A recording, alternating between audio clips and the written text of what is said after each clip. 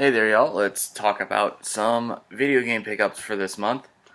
Let's start on things where there's only one or two of them. There's some Game Boy games here to start out with. I finally decided I should get the original Conker's game, or the first game that he was in, Conker's Pocket Tales, here on the Game Boy Color. Obviously, it's nothing like Bad Fur Day. This is kind of the first idea that Rare had for Conker, and led into a lot of the stuff that they were originally doing for Bad Fur Day before they decided, why don't we do something different? Make the same kind of game that we've been making with banjo and stuff, and make, just tonally and something different like that. And that's sort of the original idea is what's represented here, like a just pretty typical platformer, but done by Rare on the Game Boy Color and done pretty well. GOG is trying to pop up with something, and I wanted to go Rings Fellowship of the Ring on Game Boy Advance. Nothing too special. I just this is the only Lord of the Rings one that I didn't have on of the Game Boy ones, because it got Two Towers and Return of the King and the very, very good Third Age that I always talk about. So still cheap. Wanted to throw that in there. One PSP game here. This is Eye of Judgment Legends. I've taken a real interest in actually playing the Eye of Judgment game, the really crazy, convoluted, physical setup game that came out for the PS3, really early on with the camera. I have decks for it, I have the camera, I have everything, and I tried to play it the other day, and I feel like this is going to be helpful if I ever want to go and play with those decks again and play the real game, because this is the game without any of the physical stuff, but it only released in Europe and Japan, so I ordered a copy that came the other day. It's from Europe, but I should be able to do English here. This looks like France. It's all in French on the back, but yeah, so this will be interesting. It's learning the game and learning the temperament of the setup is a big thing with that game, so this would be very helpful, because I am actually really interested in it. This is the first NES game that I've had in a really, really long time, because I finally got to go up to my friend Greg's new store. I say new, and he opened it last year. He opened it last summer, and it took me a long time to both, have the free time and the energy to go. And I ended up going the other day, and I dropped a bunch of money there on various exciting things that he carries, such as Holy Diver for the NES. And there's at least one other repro in here that I grabbed from his place, because he makes lots of really cool repros. And if you can't actually make it up to the store, Guerrilla Games in Raymond, at least check out his website or his Instagram. His Instagram is Gaming Primate, and check out at the very least some of the cool stuff that he gets in, the cool repros, all that that he makes himself. This is Holy Diver for the NES, which is obviously named after a Dio album / song. And has that very heavy metal vibe to it. I've always heard of this as being one of the really cool Castlevania imports that we can get over here. Actually, a couple years ago, Retrobit, having their deal with IREM that they have, came out with a special edition of this game, like they did with Metal Storm and with R-Type, which would have been with IREM, I think. Whoever owns R-Type, they had a deal with them too, and they put out a nice little R-Type package. And I didn't grab this back then, but I did just grab the regular repro. It's very cool. It's good stuff. We got two PS1 games here. Another long box added to the collection, and I literally just bought this for the sake of, hey, it's a long box game and it's cheap and it's something I have some interest in. NHL Face-Off, the first one. Just another funky hockey game just to have it for the sake of having it. It's not expensive, so it's fun to have long box games that are cheap and can look nice. You're oh, that's weird. Remember long box PS1 games? Yeah, of course. There's 350 of them. There's way more than you ever think that there was. And Power Move Pro Wrestling. I completely ignored this game for a really, really long time because it was really just generic characters and generic wrestling game, and I didn't have any real reason to pick it up. But this is, in fact, the very, very, very early makings of the Yuke's engine before they even did the New Japan games that they did. So considering this is still a really cheap game, I thought, it just for like a completionist sort of collection, like this is Yuke's. This is a Yuke's wrestling engine, worth checking out. Just one PS2 game here, The Mummy: Tomb of the Dragon Emperor. It's probably not good, but it's another Mummy game and still not expensive. So I think we capped it all off. I think I've got all the Mummy games, the official Mummy franchise games at least.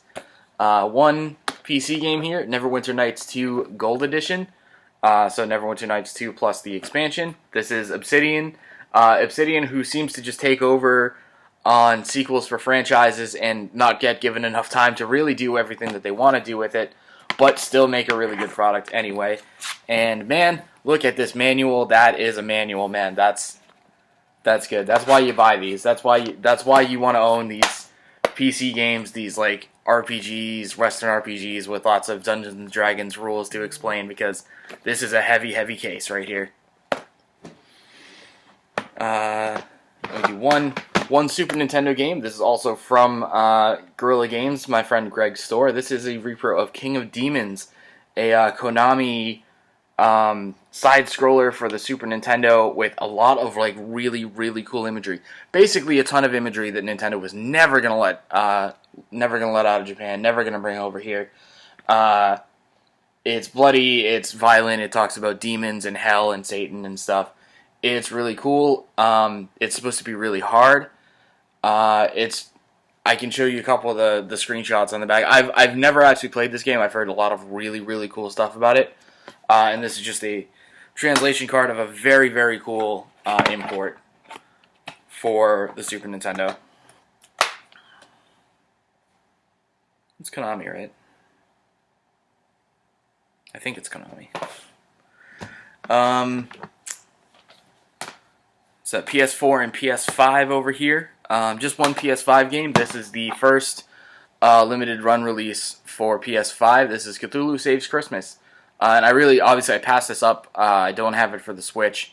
But considering, PS5, we're coming up on a year of PS5, and it's crazy how like few physical games there really still are to buy for it, and that's make or break for me on getting any PS5 games. So like if this was going to come out later for the Switch, I would still like hold off and consider getting it for the Switch, but it's actually a $30 game that you can buy through Amazon even, who probably just, bought a bunch of these. I don't know how they worked out a thing that limited run selling them on Amazon, but you can get this for $30 on Amazon. It's cool. And it's a nice little Earthbound-y type, like a lot of humor in it, SNES 16-bit era type RPG that involves Cthulhu and all these other like cool folklore-ish mythical characters, and so I'm definitely actually interested in it. The two PS4 games here. God, if EA Sports games don't drop like crazy, like you wouldn't believe. So even though the season's just ended, it's no longer hockey season. Like the fact that this was so cheap, like this is like $15 tops. Having the season having just ended, so NHL 21, I really did want to get. And if they had made a physical for PS5, I would have actually got that when I got my PS5, just for like, hey, it's another game that I'll actually play. But they don't really have anything like that. But this being such a later game anyway, a really recent game, it has like your PS4 Pro like upgrades and stuff, and looks really nice. So I did get that. I'm basically trying to put in games that have those PS4 Pro upgrades. Even though I don't have the TV for it, I do have the system for it that will be like, well, you might as well, get it so you can play it like it's a PS4 Pro. So that's what I did for NHL 21, and I've been playing it. Made another franchise and did the Whalers this time. And Infamous Second Son, nothing too crazy, just another like first-party PlayStation game that is good to have. I have not really kept up with Infamous. I have played the first one, but in any case, like it's just like, first-party PlayStation ones. Like you might as well get that because you're not going to get them on anything else. So I'll leave the Switch till the end because there's crazy cool stuff in there on it. Tekken 6 is very good. And two PS3 games, Fallout New Vegas. Again, Obsidian getting sequels to games and not really having a full amount of time to do everything that they want to do, and still making stuff that people consider honestly like their favorite game in the franchise. So for Fallout, I have had a specific interest in like I want to get into Fallout, and I haven't really done anything with that, but I am kind of like, hey, Fallout games are not expensive, so I'm gonna grab them. I have Fallout 3 on 360, and now I have this on PS3, and I will see which one I actually want to try out. Port Royale 3, Pirates and Merchants. Nothing really too crazy about this game, other than the fact that I like pirates and I like pirate stuff. If it's anything like Sid Meier's Pirates, it might have a little bit more of like, simulation aspects, like trading and ships and whatever. But it's cool. It's just it's pirate stuff. I like pirates. Actually, a surprising amount of Wii games here. I'm gonna start with the really weird one. I'm not really into hunting games or Cabelas or anything like that usually. I own Dangerous Hunts 2013 on the Wii U for the sake of it being a Wii U game that might have some enjoyment to be had out of it. And I'd much rather play the Dangerous Hunts game because I'd like to imply that there's some inherent danger to the animals that you're hunting rather than just hunting animals for no reason. So I wouldn't have bought another one except for the fact that this right here, when I saw it yesterday, I think it was yesterday or the day before, and I was like, this is sending me. This is insane to me. This is Cabela's Dangerous Hunts 2011 Special Edition. What does that mean? Well, I found out. It's one of the games that comes with 3D glasses. And you get 3D glasses. You get one pair. It's not like Attack of the Movies, which is another game I own specifically for rail shooting in 3D glasses. But it's a special edition and includes cel-shaded animation mode. And this is still a dirt cheap game. So just for the Wii very cheap collection, it's a shooting game, so you get to do the actual like point and shoot stuff. Yeah. Just added this in there for the novelty of it. Not something I'm usually into, but God, that's ridiculous, honestly. We got Cate West, The Vanishing Files. The Wii and the DS are loaded with lots of adventure games, mystery games, exploration games that you would easily find at like Staples or something. And so I'm very interested in those types of games when they're done well, and it takes a lot of sort of like research and like, are any of these games worth playing? Which ones are really just like you could have done this on your phone with a touch input. And Cate West, The Vanishing Files, even though it's published by Destineer, who are one of those companies that don't do a lot of good stuff, I did look into this, and this actually seems to have some pretty good reception. And be one of those actual, like, you are solving a mystery, you are exploring a house, you are doing this. It's pretty decent and worth playing, so, again, not expensive. None of these Wii games are, like, expensive or, like collection gems or anything like that. It's just interesting Wii stuff, and it feels like it's been a long time since I've really had any of that stuff to come across, and this happened to be a month of, like, yeah, I'll grab that. It's not expensive. It seems interesting. Speaking of that, Gravity. Professor Heinz Wolf's Gravity. This is like a physics puzzler with like really cool, like actual like real world based like physics stuff. Exploring all kinds of oddities and interesting aspects about science and the world and stuff. And again, not expensive, so. I like games like that too. This again, it still not an expensive game. This would probably be the most. There's two of them. These ones are more on the well-known side of games for the Wii. First of all, your Wii Play Motion, which is the game that you may be surprised to even hear exists. It is a Wii Motion Plus upgraded version of Wii Play. It's got newer versions of some of the games in the original game that you bought because it was $10 more than a Wii remote, and the only way you could get a Wii remote in 2007. So it's got a lot of that stuff. It's got 12 games total. So it's got more games, and it has some of the same games with more stuff in them. So, but it is Nintendo first party stuff. So it's always, and Wii Play is not a bad game. It's just it's a funny like. Why is it one of the best selling games of all time? Well, because you were buying a Wii remote. But anyway, yeah. So lastly, for the Wii, we have Donkey Kong Jungle Beat, and this is a game I did own on the GameCube. This is simply a platform swap, basically. Because when I had it for the GameCube, I don't own a set of the bongos, and we used to always have the bongos at work. And I always said, well, when the time comes and I go and I actually say I want to play Jungle Beat, I will buy a pair of the bongos because they're never expensive, but I don't want to keep them around here. And now we like don't really have them anymore, and they're like all the GameCube stuff. They're expensive. They're expensive compared to what they used to be, at least.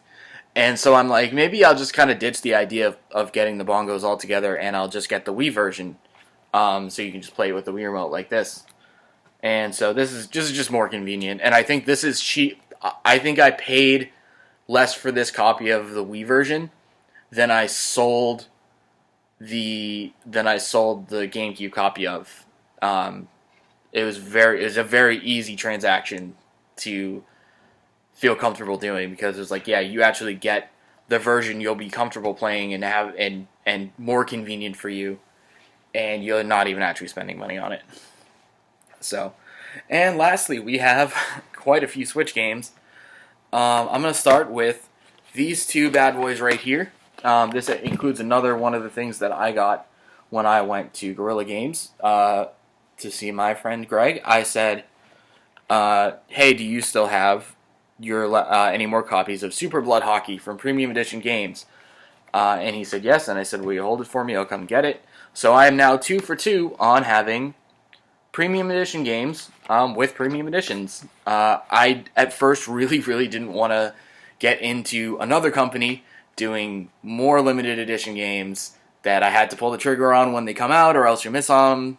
Like, God, it's so much to keep up with. But then I saw this in person, Pigeon Dev Games Collection, which is their second release, and I saw the actual edition that they had, and it looks so nice, and I love the stuff in it.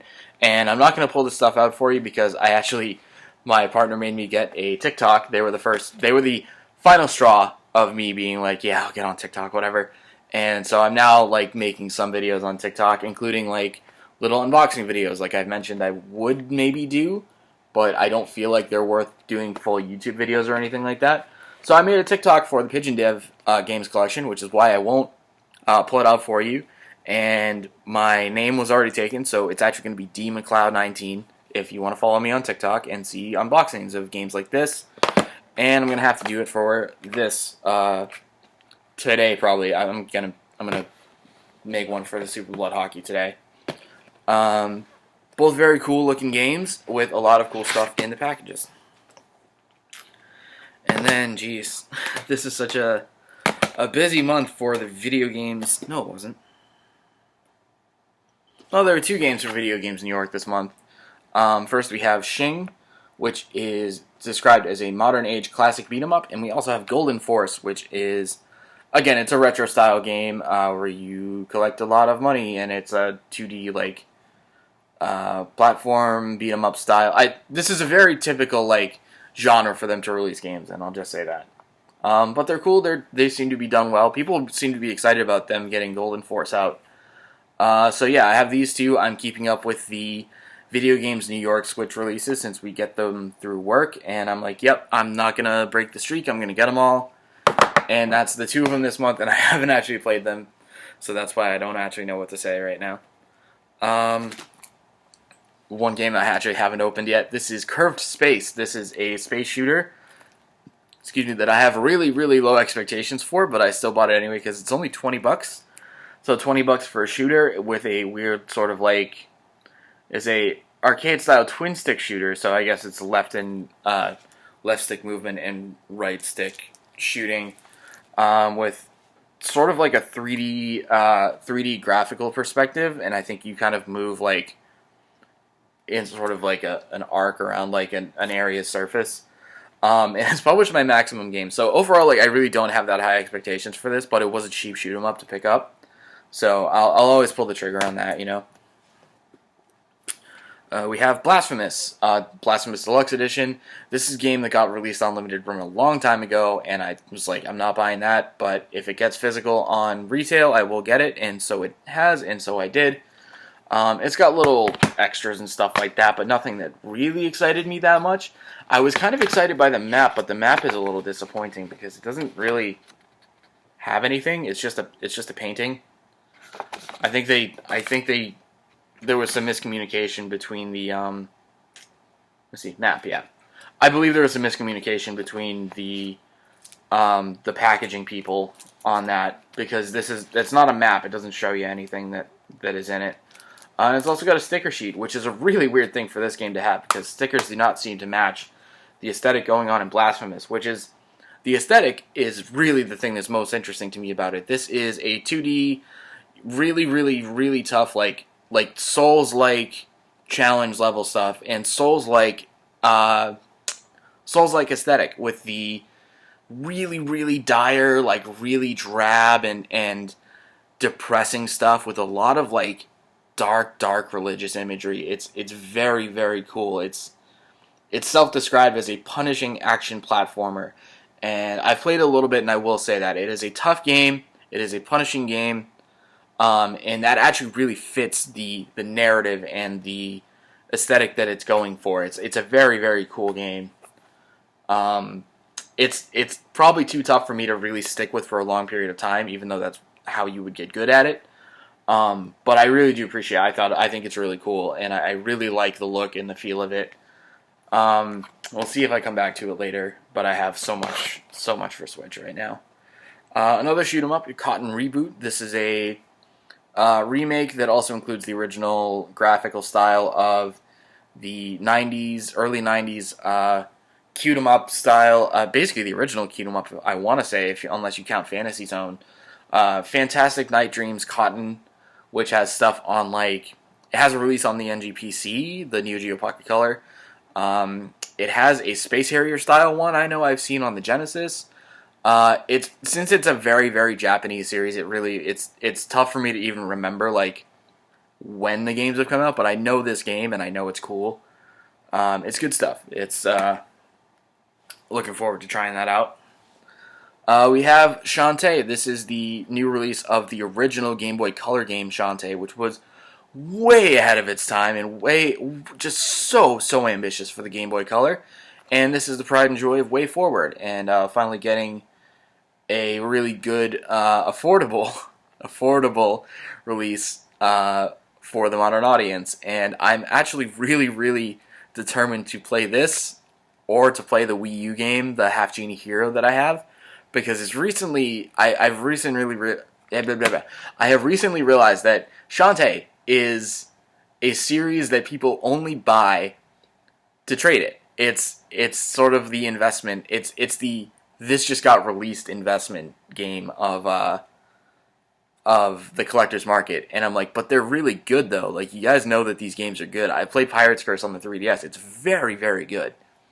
And there's a reason that they keep making them. And Way Forward is a very talented company who puts a lot of work into the Shantae games. And it seems like they're very, very, they're almost overwhelming how much it gets released, but it's actually only 4 games. So, when Seven Sirens gets its physical release at, like, retail, I'm probably going to pick that up too.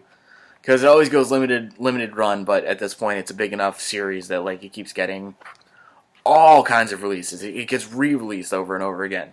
And then, because they know who they're selling it to, they sell skate decks, they sell plushes, they sell pin collections, they sell all this stuff having to do with Shantae. And it's the vinyl, there's so much vinyl for Shantae. And it's because they know that the collectors are buying it, and they're not even playing it, they're not even using it. And I'm determined to be the person who actually does play it, because the games are very good. But anyway, and that brings us down to our last game here, which is Great Ace Attorney Chronicles for the Switch. This is finally getting an American physical release of the Great Ace Attorney games 1 and 2, which I'm very excited about, because in anticipation of this release, I just played the last Phoenix Wright game that I hadn't played, and I really, really liked it, and of course, got me more excited to play a sort of like more Sherlock Holmesy type of Phoenix Wright version with more. I think it's supposed to be more focused on the investigation part. You still do trials and stuff, and you play as an ancestor of Phoenix's from the late 19th century in England. His name is Ryunosuke Naruhodo. So I'm just reading that off the back. I probably butchered the name, especially the first name. But it's cool stuff. It's going to be more Phoenix Wright with a little bit different stuff. And, of course, we're always way, way, way behind on Phoenix Wright stuff over here. So people have played this plenty of times. They know all about this game, but this is new to me, and I'm really excited to actually be able to try that. And with that, that's all of the pickups for the month of July. Hope you enjoyed that. I hope you saw some cool stuff in here. Check out, like I said, TikTok. I'm going to make a little unboxing for this Super Blood Hockey here. I'm going to do that today, and that's going to be a thing that I keep doing on TikTok, hopefully, is do the little unboxings of all my cool stuff. Because it's not worth full videos, but there's cool stuff.